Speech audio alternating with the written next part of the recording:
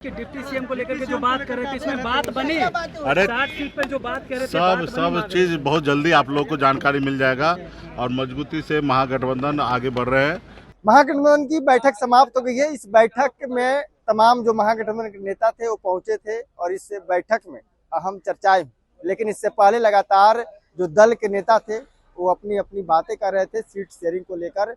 मुकेश सहनी भी कह रहे थे कि देखिए बिहार में डिप्टी सीएम मलाह का बेटा बनेगा, तेजस्वी यादव सीएम होंगे और मलाह का बेटा डिप्टी सीएम होगा। सीट को लेकर भी लगातार दावा कर रहे थे कि कम से कम 40 से 50 सीट वीआईपी को मिलना चाहिए। हम लोगों की जो धार है, हम लोगों की जनसंख्या है, उस हिसाब से हम लोग चुनाव का तैयारी कर रहे हैं। इन तमाम चीजों को लेकर जब उनसे सवाल किया गया कि क्या महागठबंधन की बैठक में आपके डिप्टी सीएम और सीट को लेकर सब कुछ फैसला हो गया, मुकेश सहनी ने भी उस पर जवाब दिया है। लेकिन आपको बता दें लगातार कांग्रेस भी दमखम भर रही है, कह रही है कि देखिए मुख्यमंत्री का चेहरा अभी बिहार में तय नहीं हुआ है। मुख्यमंत्री का चेहरा कौन होगा बैठकर बातें होगी। लेकिन इससे के बाद अब कांग्रेस कर रही है कि देखिए अब तेजस्वी यादव सिर्फ एक कोऑर्डिनेशन कमेटी के चेयरमैन है, वो मुख्यमंत्री के चेहरा नहीं है। दूसरी तरफ अब वीआईपी का भी डिमांड सामने आ गया। उधर लेफ्ट भी कर रही है 40 से 45 सीटों पर हम लोग चुनाव लड़ेंगे और इसको लेकर अब तमाम जो बातें थी इस बैठक में हुई है। लेकिन वीआईपी सुप्रीमो मुकेश सहनी की क्या डिप्टी सीएम फाइनल हो गया? क्या मुकेश सहनी जब सरकार बनेगी महागठबंधन की तब डिप्टी सीएम बनेंगे? तमाम सवाल किया गया। क्या कुछ करें मुकेश सहनी, पहले अपन के बयानों को सुने। सब सेटल है। अब यह है कि डिप्टी सीएम को लेकर के जो बात कर रहे थे इसमें बात बनी। अरे 60 सीट पर जो बात कर रहे थे सब चीज बहुत जल्दी आप लोग को जानकारी मिल जाएगा और मजबूती से महागठबंधन आगे बढ़ रहे हैं। सरकार जो बिहार में लॉ एंड ऑर्डर जो है, जो बच्ची के साथ बलात्कार हो रहा है, इस सब पे हम लोग आने वाले समय में काम कर रहे हैं और अगला सरकार हम लोग बनाएंगे।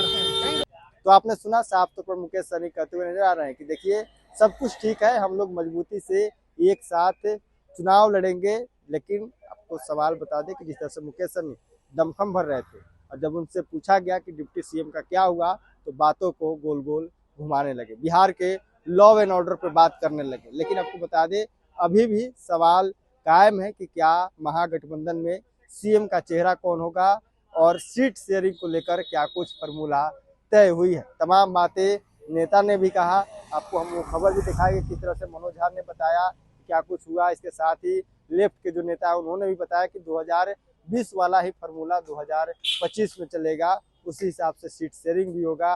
तमाम बातें कही जा रही है। लेकिन इस बैठक को लेकर भी खास करके लोग कह रहे हैं कि देखिए इस बैठक का उद्देश्य था कि 9 जुलाई को जो बिहार बंद होगा, देश बंद होगा, जो लेबर यूनियन है उसके तहत, उसमें महागठबंधन भाग लेगा। Rishi Kushwaha, first year.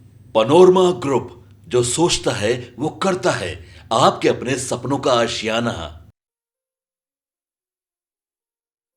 ये लो मुंह मीठा करो, आज मैंने अपना जॉब छोड़ दिया, अब हम पूर्णिया वापस जाएंगे। जॉब छोड़ दिया है? मतलब ये घर कैसे चलेगा? हम करेंगे क्या और माँ बाबूजी क्या बोलेंगे? इसलिए मैं एक और मिठाई का डब्बा लाया। अपने बिजनेस के लिए लोन अप्रूव हो गया। अरे लोन अप्रूव हो गया वो तो ठीक है, लेकिन पूर्णिया में हम रहेंगे कहाँ? अपना घर भी तो नहीं है वहाँ। इसलिए तो एक और मिठाई का डब्बा अलग से लाया हूँ। हमने पूर्णिया में घर ले लिया है, पूर्णिया के ई होम्स पैनोरमा में। पूर्णिया में पैनोरमा ग्रुप लेकर आए हैं ई होम्स पैनोरमा। बड़ा घर, आलीशान जिंदगी और अत्याधुनिक सुविधाओं के संग। अरे अब क्यों मुंह मीठा करवा रही हो? क्योंकि हम घर वापसी जो कर रहे हैं। घर वापसी की खुशी पूर्णिया में ई होम्स पैनोरमा के संग। E homes Panorama, luxurious lifestyle redefined.